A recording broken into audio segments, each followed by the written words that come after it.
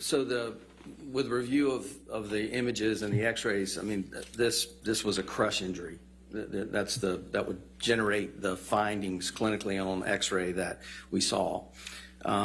The fracture is a, we call it comminuted, and then the tip of the finger is in multiple splinters, so there are multiple fragments, and typically you see that with a crush type injury. So Amber's defense brought in an orthopedic surgeon who specializes in hands to evaluate Johnny's injuries and defend Amber, but he agreed and approved that the injury on Johnny's hand was a crash injury according to the images and x-ray presented in court. This means that it wasn't just a normal cut or a slight injury, but a serious injury sustained by a force crashing into it.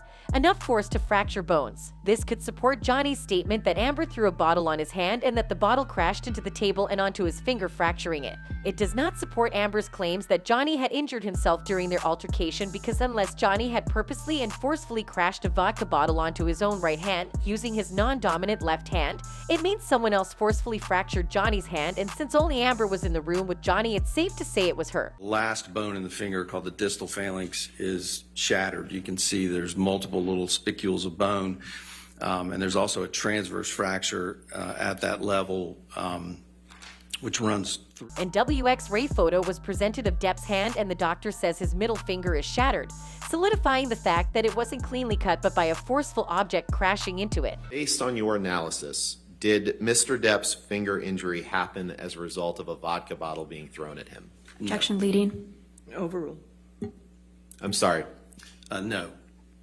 When directly asked whether Johnny's finger was cut with a vodka bottle, he said no, and he based his opinion on the fact that the medical data is inconclusive and not consistent with what he has seen of the described injured pattern. The finger, the way it was described, it would have struck on the nail, and the nail was really not injured, and so that's not consistent with that pattern of injury. He even explained the several elements of his opinion, explaining that the description was a hand lying flat on the bar and a bottle crashing from the top, but from the presented pictures he could have anticipated a crush on both the nail and the skin, but Johnny's nail was intact. Said the hand resting flat on the bar. Can you show the jury what direction the hand was resting based on the documents you've reviewed? I think that the demonstration was with the hand flat, like this. He has claimed insistently that Johnny's hand was flat on the bar, but when Camille questioned him, he denies ever mentioning that fact. Mr. Depp said his fingers were not laying flat on a table, they were hanging over the bar. Yes. Okay. And in fact, you knew that when you made that opinion. Isn't that correct? Well, I believe that as I demonstrated sitting here, that I said that he had said they were slightly curled over, I think was the description that I gave. He repeated the statement that Johnny's hand was flat on the table over and over, and now he claims he might have said curled. The bottle struck the nail. There would have certainly been an injury to the nail bed, and in order for the soft tissue injury to be created by that mechanism, there would have almost certainly been tissue loss. The main argument this man is making is that Johnny might have been struck with something that could cause the fracture seen in the images, but he doesn't believe that Johnny's finger was struck from above, since Johnny's fingernail is still contact, and there is no traces of hematoma or clotted blood on the nail. If the injury had come from above, the nail should have been severed and fractured just as much as the rest of the finger, if not worse. In the way that he alleges, what would you expect to see in the documents that you have reviewed? Well, I think that the physicians did a good job of documenting the presentation, the appearance of the wound. They did not document the presence of any glass shards, and there were no other associated injuries elsewhere on that. He explains that with the way Johnny demonstrated how the bottle crashed when it landed on his hand, there should have been glass shards embedded into the nail, but so far no document proved that. Glass near the site of the injury? No.